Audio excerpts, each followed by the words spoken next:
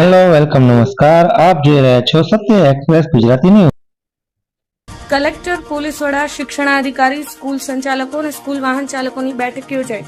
સુરેન્દ્રનગર શહેર અને જિલ્લામાં સ્કૂલ રિક્ષા વાહન ચાલકો સામે પાર્સિંગ મર્યાદા કરતા વધુ વિદ્યાર્થીઓ બેસાડવાના નિયમો કડક બનાવતા 2000 જેટલા રિક્ષા ચાલકો તો સ્કૂલ વાહન માલિકોએ શુક્રવારે હડતાલ પાડી હતી, જેને પગલે વાહનોમાં સ્કૂલે જતા તમામ બાળકોના વાલીઓમાં દોડધામ મચી જવા પામી।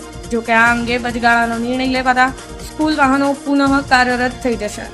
સુરેન્દ્રનગર જિલ્લામાં 2000 થી વધુ સ્કૂલ વાહનોમાં બેસીને વિદ્યાર્થીઓ શાળાએ અભ્યાસ માટે જાય છે, ત્યારે ગુરુવારે શાળા ચાલુ થવાના પહેલા જ દિવસે ટ્રાફિક પોલીસને આરટીઓ ઇન્સ્પેક્ટરો સ્કૂલ વાહનોને મેમાં આપતા શુક્રવારે તંત્રના ચેકિંગથી નારાજ થઈ સ્કૂલ વાહનોના માલિકોએ જીન કમ્પાઉન્ડમાં એકત્ર થઈ જિલ્લા કલેક્ટરને આવેદનપત્ર પાઠવ્યું હતું, જ્યાં પાર્સિંગ માટે સમયની માંગ કરી હતી। બીજી તરફ 200 થી વધુ શાળાના સંચાલકો જિલ્લા કલેક્ટર કેસી સંપત, જિલ્લા પોલીસ વડા ડોક્ટર ગિરીશકુમાર પંડ્યા, ડીડીઓ તંત્ર તથા જિલ્લા આરટીઓ અધિકારી, જિલ્લા શિક્ષણાધિકારીની અધ્યક્ષતામાં બેઠક મળી હતી, જેમાં આગામી શુક્ર સુધી કોઈ મેમો આપવામાં આવશે નહીં, પરંતુ આગામી શુક્રવાર સુધીમાં સ્કૂલ વાહનોનું પાર્સિંગ કરાવી લેવા તાકીદ કરવાની સાથે પાર્સિંગ રજીસ્ટ્રેશન માટે અરજી કરી હોય તો ટ્રાફિક પોલીસને આરટીઓ મેમો નહીં આપે તેવો નિર્ણય લેવાયો હતો।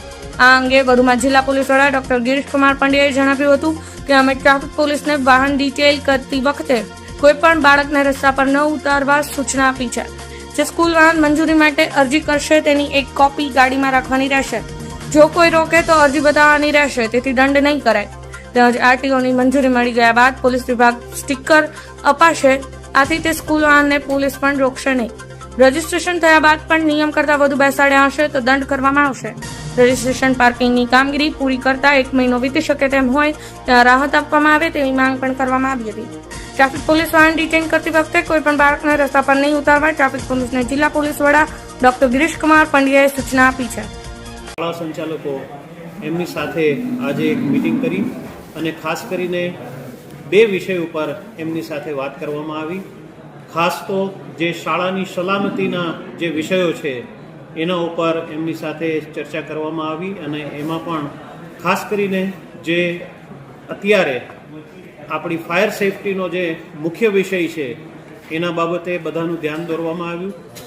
એમાં પણ જે મોટી શાળાઓ છે જેમાં ગ્રાઉન્ડ+2 એવી જે શાળાઓ છે એમને ફાયર સેફટી ફરજિયાત છે એ બાબતે એમને સમજૂત કર્યા।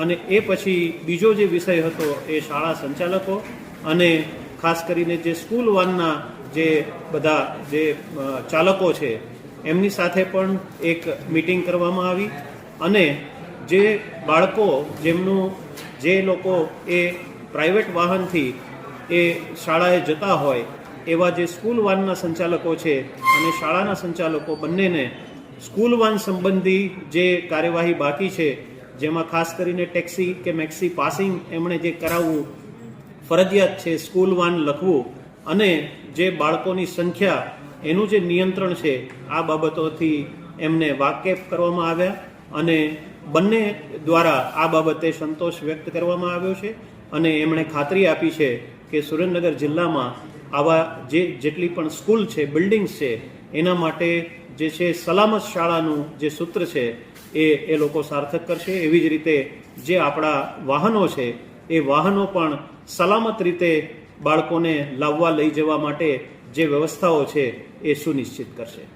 વાલીઓના પ્રત્યે શું કહેશો સાહેબ? આ વાલી જે વિદ્યાર્થીઓ રહ્યા તેમના પિતા તેમના વાલીઓ માટે કોઈ સંદેશો ખરો?